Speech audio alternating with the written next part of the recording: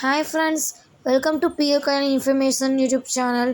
இனி நம்ம பார்க்க போகிறது என்னென்னா அடை தோசை செய்கிறது எப்படி தான் பார்க்க போகிறோம். Hi friends, welcome to our channel. அரிசி புழுங்கரிசி 1.5 டம்ளர், பச்சரிசி 1/2 டம்ளர்,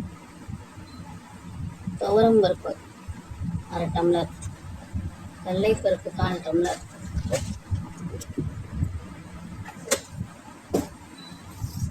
ஜவ்வரிசி 5-6 இவைகளை கலந்து ஊற வைத்துக் கொள்ள வேண்டும்.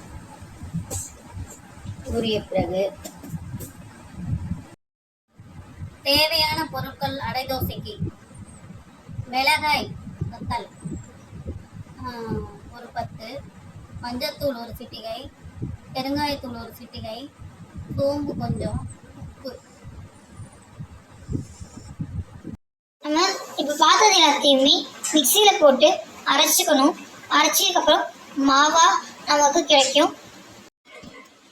இப்போ தோசைக்கல் வச்சு சூடாயதுக்கப்புறம் நம்ம அரைச்ச மாவை ஊற்றணும்.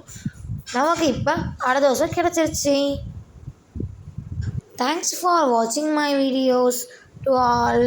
பாய்.